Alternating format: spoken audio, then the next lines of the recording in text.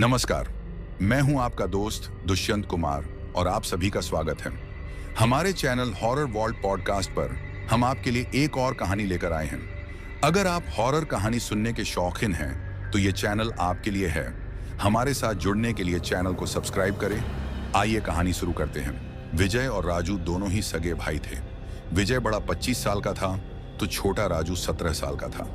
पिताजी दारू की लत से लिवर खराब होकर चल बसे थे। दोनों को अपना मानने वाला कोई था तो वह सिर्फ उनकी मां थी, पर मां को भी 2-3 दिन से बुखार चढ़ा था। मां बीमार होने की वजह से घर में पानी कम था, इसलिए वो दोनों पानी लेने के लिए जंगल से जा रहे थे, क्योंकि जंगल में एक पानी का तालाब था जहां पूरा गांव पानी भरने आता था। दोनों भाई जंगल के रास्ते से जा रहे थे। विजय ने अंधेरे में रास्ता देखने के लिए टॉर्च साथ ली थी। टॉर्च की पीली चमक उन्हें आगे का रास्ता दिखा रही थी। दोनों सगे भाई बातें करते हुए आगे बढ़ रहे थे।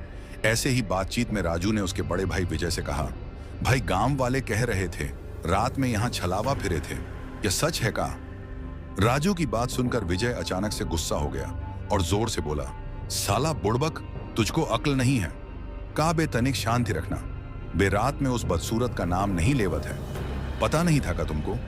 विजय की बात सुनकर राजू एकदम शांत हो गए, क्योंकि विजय की बात सुनकर राजू के मन में डर सा बैठ गया था। दोनों भाइयों को पैदल चले हुए काफी समय हो गया था, लेकिन अभी भी कहीं भी पानी के तालाब का कोई नामो निशान नहीं दिख रहा था, और ना ही जंगल में अंधेरे और सन्नाटे के सिवाय कोई मनुष्य की हलचल दिखाई दे रही थी। पर हाँ, दोनों भाइयों को पेड़ों के खोखले में 2 या 3 बड़े काले उल्लू दिखे थे, जिनकी तीखी भयानक पीली आंखें उन्हीं दोनों को घोर के देख रही थी। बीच एक काला चमगादड़ ऊपर से उड़ता हुआ आया और चींची जैसी भयानक आवाज से उन दोनों के सिर के ऊपर से निकलता हुआ आगे चला गया। घड़ी हुई हरकत से दोनों की हालत खराब हो गई थी। 10 मिनट और चलने के बाद दोनों भाइयों को अत्यंत एक पानी से भरा तालाब दिखाई दिया। तालाब में नीले आकाश में चमक रहा गोल चांद का प्रतिबिंब पड़ा दिख रहा था। दोनों भाई तालाब के पास आ दोनों ने अपने साथ घड़े को पानी से भर लिया। चलो राजू, अब निकलते हैं, विजय ने अपने भाई से कहा। दोनों घड़ा लेकर चलने लगे। विजय आगे चल रहा था और राज थोड़ा पीछे चल रहा था। दोनों के चारों ओर कोहरे की दीवार थी। ऐसा लग रहा था जैसे धुंध किसी अमानवीय शक्ति के आदेश पर आगे बढ़ रही हो। अचानक चलते समय राज को एहसास हुआ कि कोई चोर की तरह चुपके से उसका पीछा कर रहा है। राज अपनी जगह पर वहीं रुक गया। उसने मुड़कर पीछे की ओर देखा। दोनों आंखें बाईं और दाईं ओर घुमाई, लेकिन पीछे काले अंधेरे के अलावा कोई नहीं था। राजू फिर अपने भाई के पीछे चलने लगा। थोड़ी दूर जाने के बाद फिर वैसा ही महसूस हुआ, कोई पीछे चल रहा है। राजू ने फिर से पीछे मुड़कर देखा, पर पीछे कोई नहीं था। राजू फिर चलने लगा। थोड़ी देर बाद उसे अपने पीछे पैरों की धबधब्बे को अब शायद एहसास हो गया, कोई तो जरूर उसके पीछे है। राजू ने जल्दी से विजय को आवाज लगाई, भाई कौन हमारा पीछा कर रहा है? दोनों भाइयों ने एक साथ पीछे देखा। विजय ने हाथ में ली हुई टॉर्च की लाइट अंधेरे में घुमाई, पर कुछ भी दिखाई नहीं दिया। राजू, अरे तुझे कुछ वहम हुआ होगा, चल, विजय ने कहा। दोनों फिर चलने लगे। थोड़ी देर चलने के बाद अचानक एक दूधिया रंग की गाय की ती हुई आई। उसके दूधिया शरीर पर काले धब्बे थे। उसके सिर पर बड़े नखले सिंह थे। वह लगभग 6 फीट लंबी और 5 फीट चौड़ी थी। विजय और राजू दोनों ही सतर्क होकर जल्दी से गाय के रास्ते से हट गए। गाय सामने से आई वैसे ही आगे चली गई और अंधेरे में एकदम गायब हो गई। राज, तुम ठीक हो? विजय ने चिंतित स्वर में पूछा। राजू ने बस सिर हिलाकर हाँ कहा और बोला, भाई मैंने इतनी बड़ी गाय कभी नहीं देखी। राज ने अविश्वसनीय स्वर में कहा।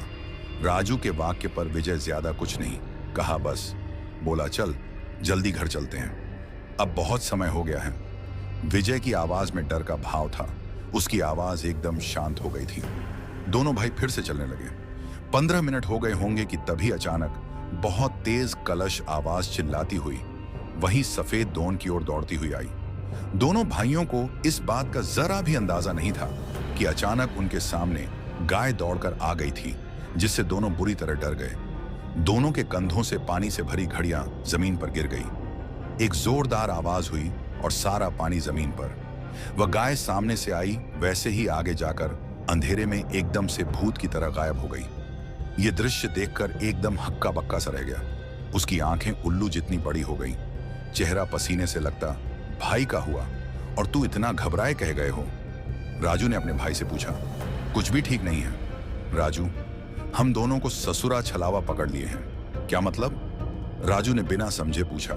अरे राजू, हमारे साथ कुछ बुरा हो रहा है। मुझे लगता है कि हम किसी लावे भूत जाल में फंस गए हैं। हमें अब तक घर तक पहुंच जाना चाहिए था, लेकिन हम अभी भी इधर ही पहुंच पाए हैं। बेशक छलावा हमारा रास्ता रोक दिए हैं। भाई, हम बस जंगल में इधर उधर घूम रहे हैं। अपने भाई की बात सुनकर राजू बहुत डर गया। राजू, भाग है भाई, ससुरा का नाती। विजय एकदम से चिल्लाया। अचानक अंधेरे से कर्कश आवाज में एक राक्षसी परेशान करने वाली हंसी आई और उसी हंसी के साथ आसपास की पीड़ की शाखाएं धीरे धीरे हिलने लगी। उसने राजू का हाथ पकड़ा। वो दोनों भागने लगे। 10 मिनट हो गए होंगे। दोनों जरा रुक गए। दोनों की सांसें फूल रही थी, गला सूख रहा था, छाती धड़क रही थी। जब तक कि उन दोनों की सांसें सामान्य हुई, वे दोनों एक पेड़ के पास बैठ गए। थोड़ा सा समय बीत गया और फिर से एक गाय की हड़बड़ा की आवाज सू, और उस आवाज के साथ वही गाय दोनों के नजर के सामने से भागती हुई आगे चली गई और सफेद धुएं में बदल के गायब हो गई। नहीं समझ से परे अपने सामने यह दृश्य देखकर दोनों के शरीर के रोंगटे खड़े हो गए। राजू के कान में हंसी की आवाज घूमी। राजू ने उस आवाज की तरफ धीरे से उस पेड़ के ऊपर देखा। जैसे ही उसने पेड़ की तरफ देखा, उसकी छोटी आंखें कछुए की तरह बड़ी हो गईं। डर से वह कांपने लगा। जय ने अपने भाई राजू की तरफ देखा। क्या हुआ राजू, इतना डर कह रहे हो बे? विजय ने पूछा।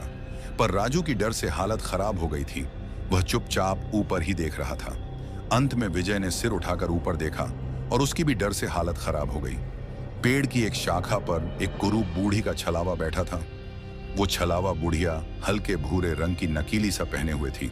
ऊपर एक काला ब्लाउज था। नीले रंग के चमड़े से बने पैर, उन पैरों में खोर की तरह तीखे नाखून थे। वह छलावा बुढ़िया अपने नाखून हिला रही थी। उस बुढ़िया का पूरा शरीर मुर्दा घर में पड़ी लावारिश लाश जैसा लग रहा था। उसकी त्वचा सफेद और काली थी। आंखों के नीचे खून जम गया था, जिससे काले घेरे बन गए थे, और वे पीली पीली आंखें जिनम की झलक थीं। लावा बुढ़िया को देखते ही दोनों भाई पेड़ के नीचे से उठे और भागने लगे। दोनों भाइयों को पता लग गया था कि वह बूढ़ी औरत लावा भूत है। दोनों भाई कुछ देर बाद फिर से एक जगह रुक गए। भाई, अब क्या करें? राजू ने विजय से पूछा।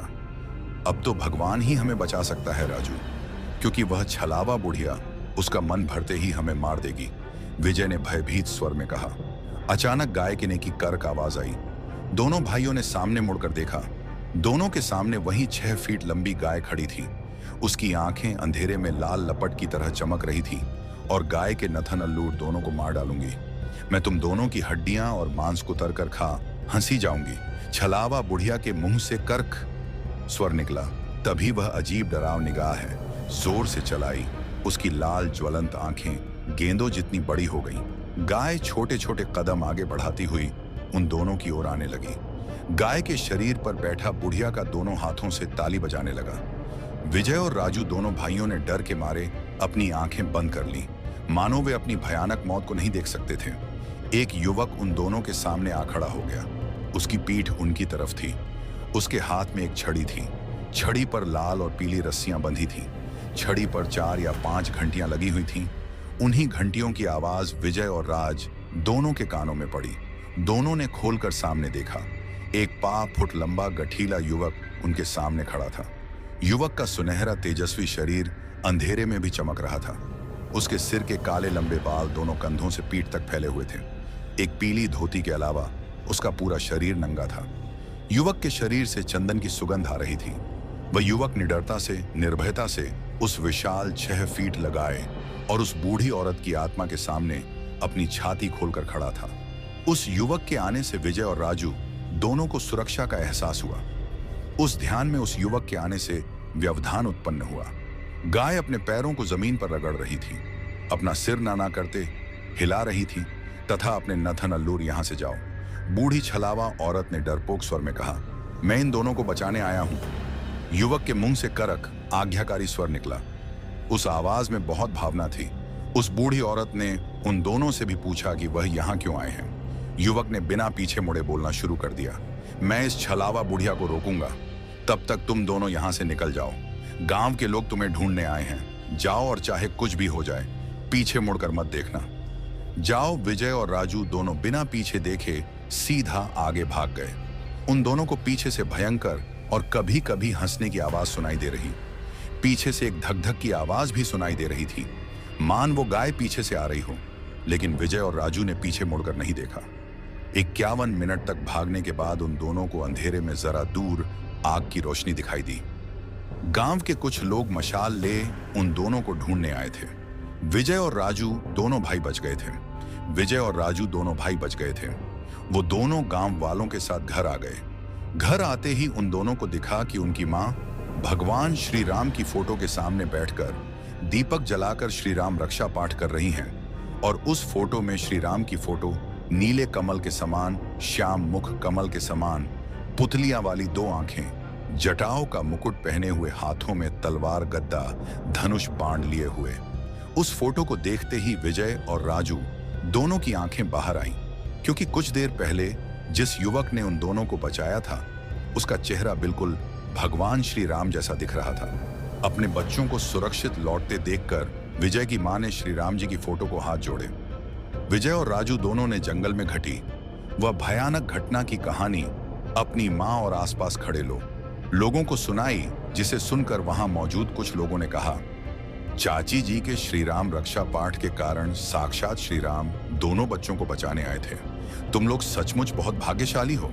अगर आपको यह कहानी पसंद आई हो तो कृपया हॉरर वॉल्ट पॉडकास्ट चैनल को सब्सक्राइब करें।